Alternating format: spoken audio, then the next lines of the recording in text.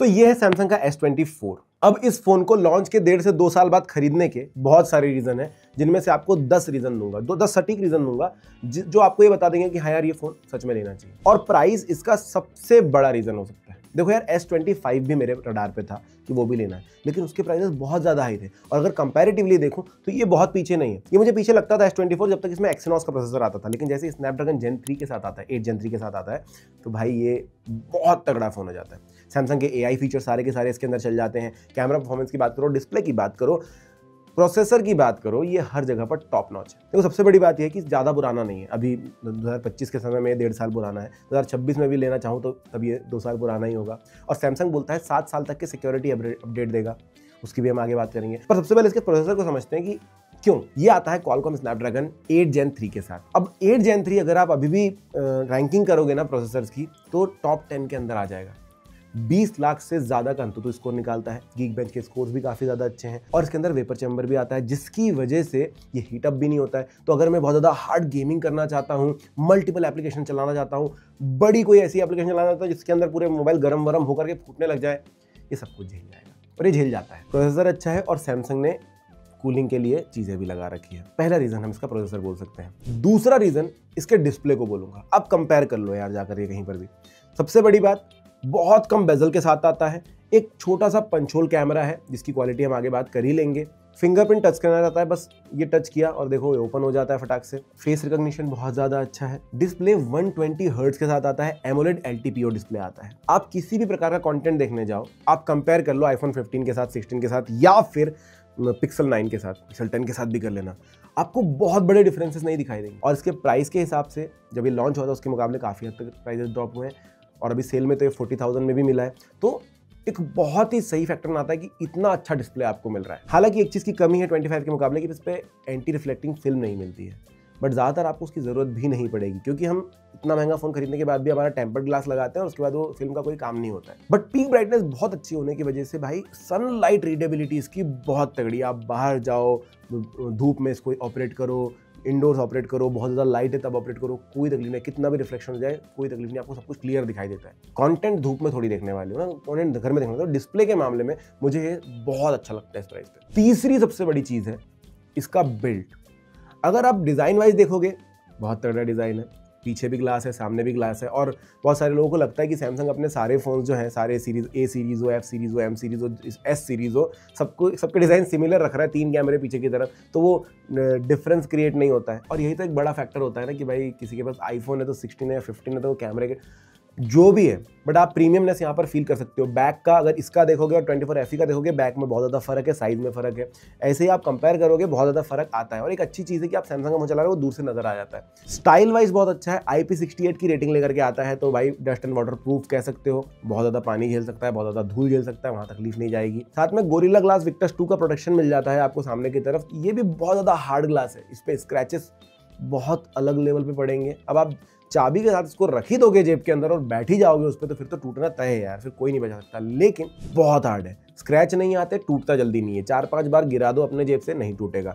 6वीं बार गिराओगे तब भी नहीं टूटेगा, अब ऊपर से गिरा दोगे तो टूट जाएगा। तो बिल्ड क्वालिटी आप जब इसको होल्ड करोगे हाथ में तब आपको पता चलेगी। तो अगर आप एक ऐसा फोन लेने जाते हो जो 5-6 साल नहीं बदलने वाले हो, तो ये फोन आपको बिल्ट में तो पूरा कॉन्फिडेंस दे देगा। अब कैमरा कैपेबिलिटी की बात करते हैं। फोटोज में आपको स्क्रीन पर दिखा रहा हूँ, आप वो देख लेना। फोटोज की अगर बात करोगे तो काफी हद तक न्यूट्रल रखने की कोशिश करती है, फिर भी मैं सैमसंग को देखता हूँ तो मुझे फोटोज में समझ आता है कि थोड़ा सा कॉन्ट्रास्ट, थोड़ा सा सैचुरेशन ज्यादा बढ़ाया गया है। ओवरऑल प्रोसेसिंग जो है फोटो की वो थोड़ी सी बेटर तरफ की जाती है, मतलब जो एनहांसमेंट होता है वो ऑलरेडी करके दिया जाता है। दो आप उसको जाकर के सेटिंग्स में कम कर सकते हो, बट जो हम देखना पसंद कर रहे हैं वो बनाकर वो ऑलरेडी देता है। उसके बाद AI एनहांसमेंट। देखो फोटोज की बात तो बात में रही, कैमरा वगैरह बहुत अच्छे हो गए, अभी तो बहुत तगड़ी फोटोज ले लेते हैं। 3 कैमरा है इसके अंदर, 30x तक का तो जूम मिल जाता है, और जूम की क्वालिटी सच में बहुत तगड़ी है। मतलब आप फोटो खींचते समय देखोगे तो आपको थोड़ा ब्लर लगेगा, पोस्ट प्रोसेसिंग के बाद आप बहुत दूर लगा हुआ बोर्ड भी आराम से पढ़ सकते हो, बहुत ही क्लियर करके देता है। तो अल्ट्रा नहीं है, 30x ही जूम मिलेगा, बट और वीडियो के अंदर 12x तक का जूम मिल जाएगा। बट मजा आता है AI एनहांसमेंट में। आपकी फोटो के पीछे आपने हेलीकॉप्टर लगा दिया, हाथ में आइसक्रीम पकड़ ली, हाथ में कुछ फोन था उसको बदल दिया, या फिर आपने शर्ट बदलनी है बदल दी फोटो में, ऐसे बहुत सारी चीज़ें आप कर सकते हो और बहुत ही एक्यूरेसी के साथ ही करता है। अब AI की बात कर ही रहा हूँ तो और आगे भी बात करेंगे, पर उससे पहले कैमरे को निपटा लेते हैं। तो भाई तीनों कैमरा, अगर 40,000 में आपने फ़ोन खरीदा है ना मेरे साथ सेल में, तो आपको कह सकता हूँ कि भाई आपने बहुत लोगों को पछाड़ दिया। 60,000 70,000 के फ़ोन भी इतना अच्छा फोटो क्वालिटी, वीडियो क्वालिटी नहीं प्रोवाइड कर सकते अनलेस आप उसे एक आईफोन से कंपेयर कर रहे हो। अब आईफोन से कंपेयर कर रहे हो तो 53,000 52,000 में आई थिंक आईफोन 16 भी आया था, जिसमें वीडियो क्वालिटी आपको बहुत बहुत बहुत ज़्यादा बेटर लगेगी।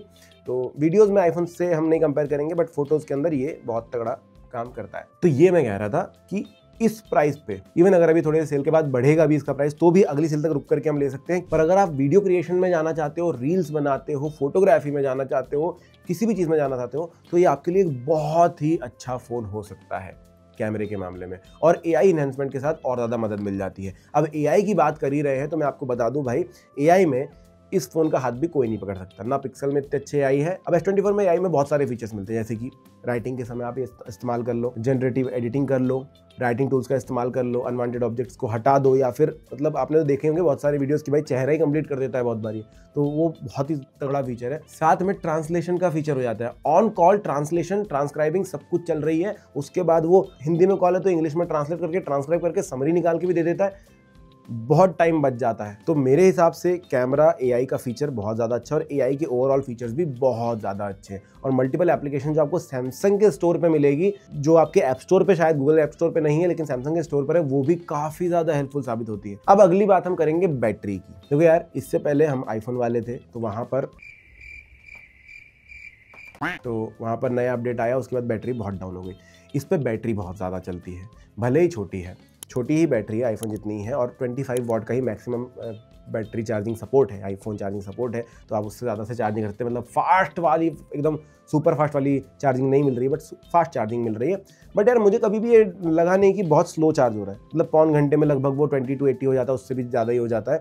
तो चार्जिंग बहुत जल्दी होती है और चलता बहुत ही ज़्यादा है। इतना अच्छे से इन्होंने सॉफ्टवेयर और हार्डवेयर को मिक्स किया है कि बैटरी बहुत जल्दी ड्रेन नहीं होती। गेमिंग करोगे, हीटिंग होती है, बैटरी थोड़ी तेज ड्राउन होती है, लेकिन फिर भी 4 से 5 घंटे की गेमिंग आराम से आप कर सकते हो, तकलीफ नहीं जाती। और अभी तो प्रोसेसर भी स्नैपड्रैगन वाला है, इस वजह से लेना बनता था। अब जब आप एक फ्लैगशिप फ़ोन की बात करते हो, महंगे मतलब 50-60 हज़ार के फ़ोन की, तो एक क्वेश्चन आता है, जैसे एप्पल वाले बोलते हैं ना, एप्पल का इकोसिस्टम है ना, ऐसे पिक्सल वाले भी बोल सकते हैं एंड्रॉइड का इकोसिस्टम है। फिर एंड्रॉइड वो बुक वगैरह भी आती है ना, वो लैपटॉप वगैरह भी आते हैं। बट सैमसंग ने इतने तगड़े तरीके से अपने इकोसिस्टम को बढ़ाया है, आपको पता है इसके बाकी प्रोडक्ट्स भी आते हैं, टैबलेट भी आते हैं, आप विंडोज़ के साथ बहुत ही अच्छे से कनेक्ट कर सकते हो। और नहीं करना है तो सिर्फ इसके अंदर HDMI लगाओ बढ़िया, और मॉनिटर में सैमसंग डेक्स चलाओ। और भाई इस फ़ोन के साथ भी अगर आप मॉनिटर पे एक कंप्यूटर की तरह इसको इस्तेमाल कर रहे हो, डेक्स का फीचर इस्तेमाल करके, आपको लैग नहीं मिलेगा, बहुत ही स्मूथली, बहुत ही सही तरीके से चल रहा है। फाइल शेयरिंग करनी है, चीज़ें करनी है, कुछ भी करना है आपको, बहुत तगड़े तरीके से कर रहा होता है, पूरा कंप्यूटर वाला एक्सपीरियंस देता है। बट अगर आपको विंडोज से लिंक करना है, वो भी बहुत अच्छे से हो जाता है। और अगर क्विक शेयर इस्तेमाल करना है तो एंड्रॉइड ने एक बहुत ही अच्छी चीज़ निकाली है भाई, क्विक शेयर की। विंडोज और एंड्रॉइड दोनों पे क्विक शेयर का एप्लीकेशन होता है और फटाफट फाइल शेयरिंग हो जाती है। अब थोड़ा सा पहले आईफोन के चक्कर में हम लोग बोलते भी थे कि एयरड्रॉप बहुत फास्ट है जब मैक और इसकी बात करोगे, लेकिन अब क्विक शेयर मैं तो चाहता हूँ कि ऐप स्टोर पर, एप्पल ऐप स्टोर पर भी होना चाहिए, तो हम विंडोज से भी उतना ही फास्ट तरीके से फाइल शेयरिंग कर पाए। खैर, सैमसंग इकोसिस्टम की अगर आप बात करोगे तो मुझे काफी ज्यादा पसंद आने लगा है। बहुत बार आपको ये लग सकता है कि शायद कंप्यूटर की जरूरत भी नहीं है, इसका डेस्क बहुत अच्छा काम करता है। जितने भी छोटे टास्क होते हैं, जितने भी हमारे नॉर्मल टास्क होते हैं ना, वो सारे के सारे वहां पर कंप्लीट हो जाते हैं। हैवी टास्किंग करनी है, बहुत ही ज्यादा कुछ करना है, तो फिर विंडोज पे आपको जाना पड़ता है, लेकिन मुझे नहीं लगता कि डे टू डे लाइफ में हम लोग कभी भी वो इस्तेमाल करते हैं। अगला है रीसेल वैल्यू। अभी रीसेल वैल्यू की बात इसलिए बोल रहा हूँ क्योंकि देखो यार, 1.5 साल पहले ये लगभग लॉन्च हुआ था 80,000 में, अभी ये सेल में 40,000 में मिल गया। 80,000 के प्राइस पे आईफोन 16 भी लॉन्च हुआ था, वो 52,000 पे मिल रहा था। मतलब डिस्काउंट सब में आया, लेकिन इसमें बहुत तगड़ा डिस्काउंट हुआ। लेकिन ये सबसे ज्यादा हाईलाइटेड प्रोडक्ट भी था फ्लिपकार्ट का, हम ये भी देख रहे हैं। प्लस इसके अंदर सारे के सारे जो लेटेस्ट फीचर है वो मिल जा रहे हैं। तो ये सेल में 40 पर आया है, लेकिन may be next 4 to 5 months आपको और ज्यादा महंगा सेकंड हैंड भी बिकता हुआ मिल जाएगा। और साथ में वैल्यू रिटेंशन इस वजह से भी आ रही है क्योंकि सारे के सारे लेटेस्ट फीचर इसके अंदर मिल जाते हैं, कोई भी एक भी चीज़ नहीं छूटती है।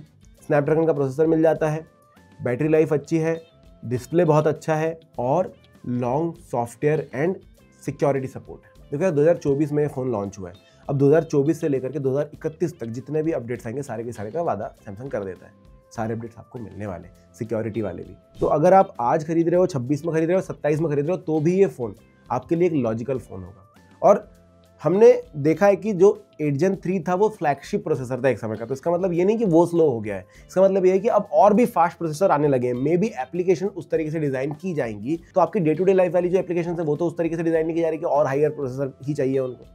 हाँ, की जाती है थोड़ी बहुत, और ज़्यादा पावर लेने लग जाती है, और ज़्यादा मेमोरी लेने लग जाती है, लेकिन फिर भी 8 Gen 3 अपने समय का फ्लैगशिप होने की वजह से सारी चीज़ों को बहुत अच्छे से अडैप्ट कर लेता है। आपको अगर हैवी गेमिंग करनी है तो वहाँ भी प्रॉब्लम नहीं आएगी। तो मैं समझता हूँ कि जितने भी नए सॉफ्टवेयर अपडेट्स आएंगे वगैरह वगैरह वगैरह आएंगे, मे भी 27 या 28 तक, आप 28 तक कह सकते हो कि वो अपडेट्स आप कर सकते हो। उसके बाद थोड़ा सा आपको सोचना पड़ेगा करूँ या नहीं करूँ, क्योंकि फ़ोन स्लो होने लग जाते हैं। फिर वो सभी फ़ोन्स के साथ होगा, क्योंकि एक समय के बाद प्रोसेसर की भी एज हो जाती है। तो अभी नेक्स्ट जो है 2-3 साल का रन आराम से इसमें। तो अभी सेल में जिस प्राइस पे मिला है या फिर आगे जिस प्राइस में मिलेगा, अगर ये 40 के अंदर होता है, 45 के अंदर भी होता है, तो आपके लिए एक बेटर परचेज होगी कि आप दूसरे फ्लैगशिप फ़ोन को छोड़ करके इसको लो। अगर आप कोई नया फ़ोन लेते हो जिसमें 7 सीरीज़ का प्रोसेसर है, या फिर कुछ और आपको प्रोसेसर दिखाई दे रहा है, तो मैं बोलूँगा 8 Gen 3 के साथ जाना बहुत सही रहेगा। और अब बात करते हैं सिक्योरिटी की।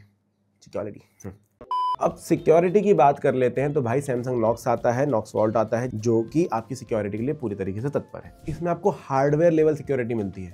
आपका जो सेंसिटिव डेटा है वो सारा का सारा साइड में रखा जाता है डिवाइस के अदर ऑपरेशन से। साथ में लेयर्ड प्रोटेक्शन मिलती है, डेटा प्रोटेक्शन मिलता है, नॉक्स वॉल्ट मिलता है।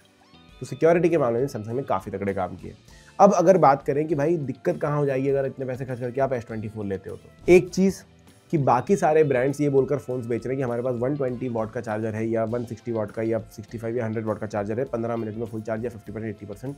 तो आपको हो सकता है कि ये परेशानी कभी लगे कि यार फास्ट चार्जिंग चाहिए थी। बट जहाँ तक मेरा सवाल है, तो मैं बोलता हूँ भाई मेरे पास टाइम है इतना कि मैं 50 मिनट्स चार्ज कर सकता हूँ इसको, 45 to 50 मिनट्स में फुल चार्ज हो जाता है, फिर लॉन्ग लास्टिंग बैटरी लाइफ है। तो ये एक बहुत बड़ा इशू नहीं हो सकता। दूसरा एक दिक्कत हो सकती है अगर आपने प्रॉपरली प्रोसेसर देखकर नहीं लिया। मेरे साथ हो चुका है, मैंने S20 FE जब लिया था, मैंने प्रोसेसर नहीं देखा था, एक्सिनॉस खरीद लिया था गलती से, 4G पे था वो। एक्सिनॉस लोगे तो उसमें प्रॉब्लम कुछ नहीं है, 2400 के साथ बहुत अच्छा काम किया है, लेकिन हीटिंग इशू है। तो अगर आपको एक सही फ़ोन चाहिए तो आप स्नैपड्रैगन वाला ही लीजिए। तीसरा, जो पॉसिबिलिटीज़ बहुत कम है, लेकिन ये है कि भाई AI फीचर्स अभी के लिए आपके पास सारे के सारे फ्री है, लेकिन हो सकता है सैमसंग को कभी लगे कि नहीं यार चलो सब्सक्रिप्शन मॉडल पे डालते हैं इसको, तो थोड़ी दिक्कत हो जाएगी। तो बस इतनी ही प्रॉब्लम्स हैं, बाकी सब कुछ तो मुझे इस फ़ोन के पक्ष में दिखाई देती हैं। और इस बार के सेल में मैंने देखा है कि भाई बहुत सारे सैमसंग S24 के तरफ लोग गए भी हैं। तो अगर आप भी लेना चाहते हो, मैं नीचे लिंक डाल दूंगा फ़ोन की, आप वहाँ से चेकआउट कर लेना, और यहाँ पर भी शायद आपको दिख जाएगी, तो आप देख सकते हो, जहाँ पर प्राइस कम लगे वहाँ पर जाके खरीद सकते हो। वीडियो अच्छा लगा तो लाइक सब्सक्राइब जरूर कर देना। Thank you.